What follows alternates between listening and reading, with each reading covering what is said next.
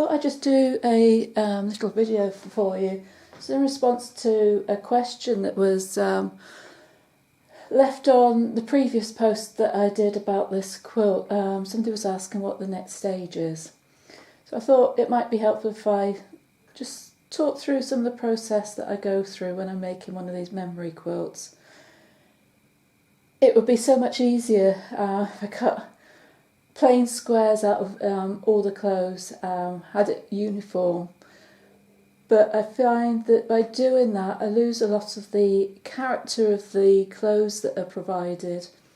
When you go and buy clothes for your little one, it's the frills, it's the style of the clothes, it's the patterns of it, the sayings on there, all those little things that come back that really draw you to those pieces of clothing in the first place. So if I was just to do the same cut from each garment, I would lose a lot of that. Think of that dress on the far side with the elephant patch. You've got so much in that piece that would have attracted the mum to buy that dress. It's not only the fact that you've got the patch on there, you've got the pocket, you've got the embroidery along the hem, and then you've got the frill at the neck. All those are the things that would have attracted her to buy that in the first place.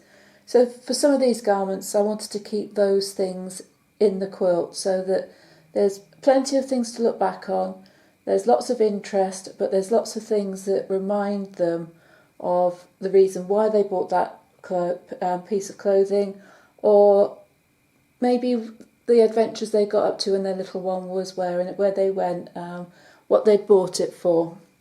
So as far as I can, I try to keep a lot of those details in there, which means that when it comes to joining it together, it's quite like a jigsaw puzzle.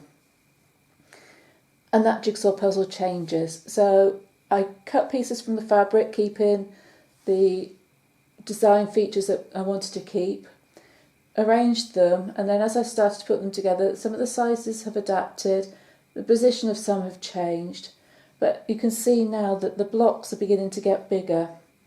So eventually what I want is that to be in 2 blocks so that I can join them together. So at each stage I'm going through and thinking of it in pieces, in blocks that will go together to form bigger blocks that are eventually joined together. You'll see at the moment there's gaps in there, so those places will be filled in with strips from clothing that I've already got here that I kept specially for that purpose. So each piece will then be built up, the extra pieces that will need to fill in the gaps, they'll be added and become an integral part of the quilt. So when you get to the end, there's no obvious joins of blocks. You won't see particularly that there are specific blocks in there that have come together. It's all the different features of the clothes that you'll see. This is the 3rd one that I've made for this lady, so I know some of the things that they enjoy, and of the previous quilts that I've made, the comment was made about the pockets.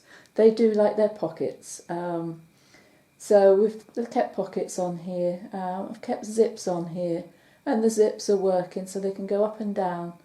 Might be a nightmare for mum washing to check them through first, but it's those little details that will add interest.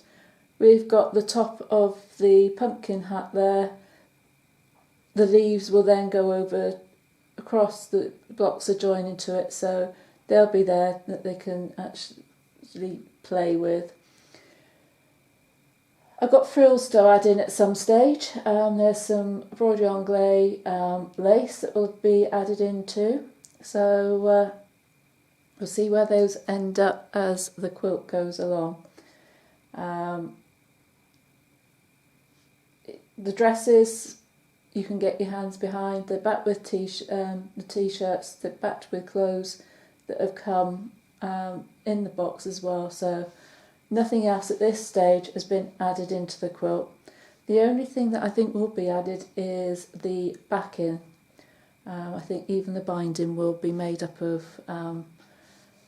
clothes that have been sent to me, so it's going to be interesting.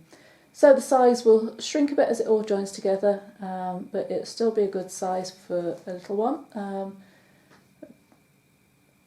Perfect to go on top of their bed. Yeah, so basically that's the process of how it works and how it goes together. So the next time you'll see it is probably when it is complete as a top, and then we'll think about borders and binding, whether we're going to do that as well. So that's another decision for another day. So for me today, I'm going to try and get all that's on there, that main part, into a completed section. So I hope you found that useful and interesting. Please feel free to ask any questions, and I'm quite happy to go through the process and help explain the reasons why I do what I do. So take care, and I'll speak to you soon.